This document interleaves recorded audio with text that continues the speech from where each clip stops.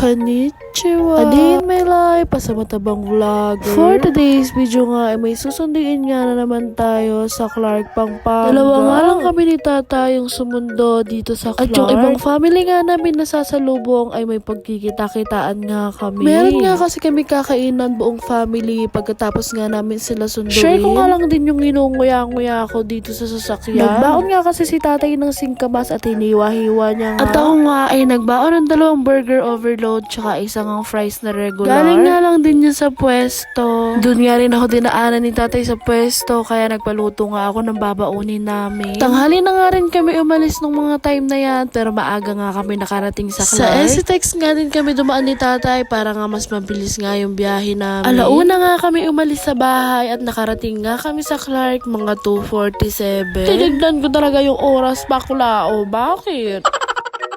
Pikod na ako. Inis na nga ako sa mga manok dito sa amin. Nagtitilaukan habang nagvo-voice over ako.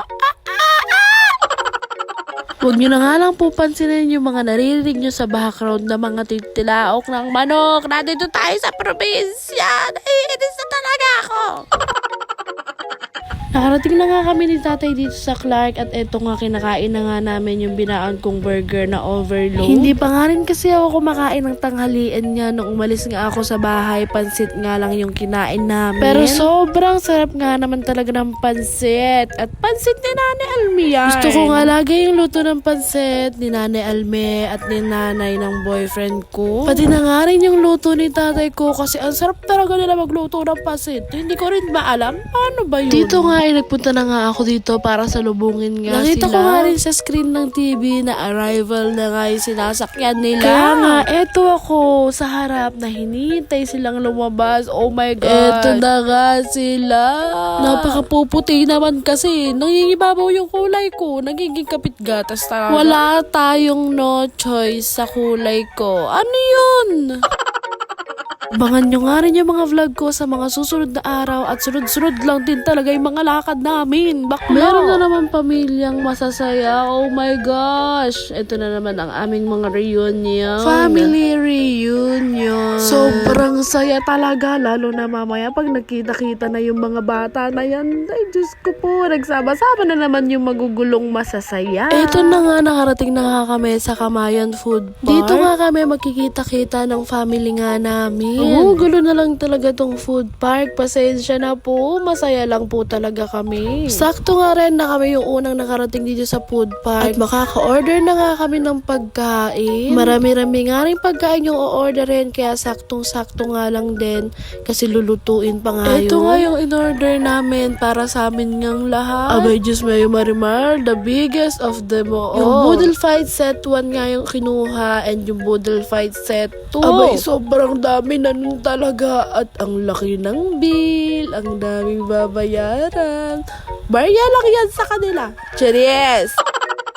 Eto nga, waiting nga lang kami sa isang XLT nga na susunod dito sa Kamayan. Abay, inayos talaga yung table. Long table yan. Sige. Habang waiting nga sa food, si tita nga ay kumuha ng sunmig para nga inuwin namin. Abay, Diyos Mayo Marimar, maaga talaga mabubusog tong babaeng sunmig light, sa'yo ang araw. Sa akin ang gabi. Hala! Eto na nga, nagsisimula na nga kami ni Ate Jane. Pagdating talaga sa inuman, ayan nga si Ate Jane. Madalas nga mag-aya sa akin. Ayan na Ate Jane, namuking na talaga ikaw. Ay, joke lang, Pio.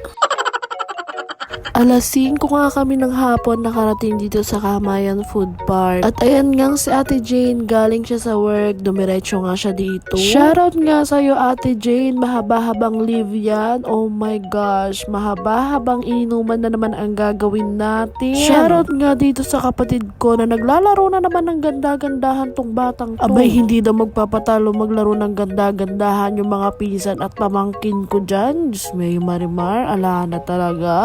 Hala? Anay? Hala, flying kiss daw, flying kiss. Go, ilaban nyo.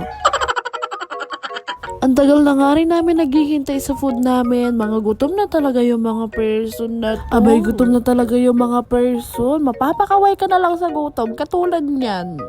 Tsaka katulad na to.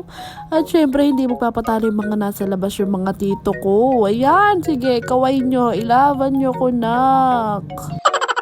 Shoutout nga sa pinsan ko na to na si Lay at si Lian. Na-miss ko talaga kayo. Ibalik nyo na ako sa Japan.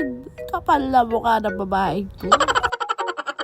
Finally nga, kompleto na nga itong magkakapatid. Ang wala nga lang dyan ay yung namayapang si Tito Edgar. Shoutout nga sa Tito Edgar, kung pwede lang sana bumalik ka dito sa amin kahit saglit lang. Makasama ka namin saglit. Napaka-arte ko. Saan nga may masarap, dapat pinupuntahan. Kaya nga, napadayo kami dito sa Kamayan Food Park. Ayan, kasama ko. Napadayo kami sa Kamayan. Hindi ba pa aray ko? Samahan niyo kami, guys. Nakadayo kami sa Kalyu. Sa Paahan. Napadayo kami sa Kuchinta.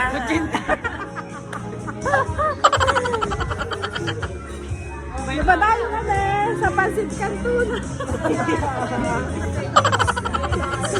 Tumawa ka!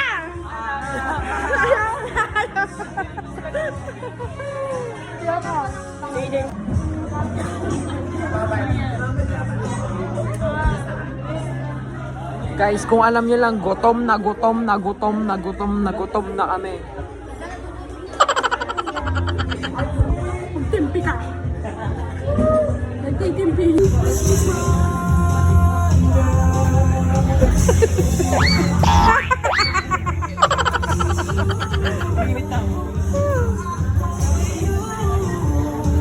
Shoutout nga talaga sa pamangkin ko na to. Abay, hindi na talaga siya masaya sa tita niya.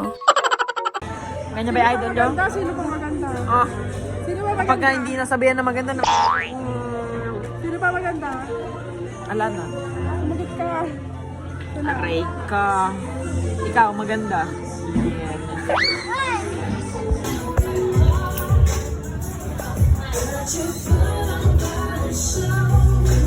Montage.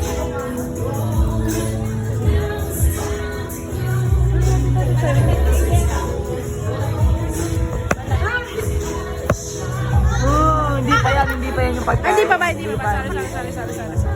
Aray ka mga. Ayun yan pa, picture ako. Ang haba na nga ng vlog ko na to. Part 2 na nga lang din yung pagkain namin. 2 hours nga rin kasi kami naghihintay sa pagkain namin kasi nga masyadong maraming at niluluto pa. Maliwanag pa nga nung dumating kami dito, alas 5 nga ng hapon. Ay Diyos may marimar, gabi na. Alas 7 na nung mga time na yan. Late na nga rin kami nakakain, buti na nga lang din. Mas nauna kami dito sa Kamayan para nga ma-order na namin yung mga pagkain. Shoutout nga sa pamangkin ko na to ni si RK, so fair foggy mo. Ito nga na naman yung kapatid ko, hala siya.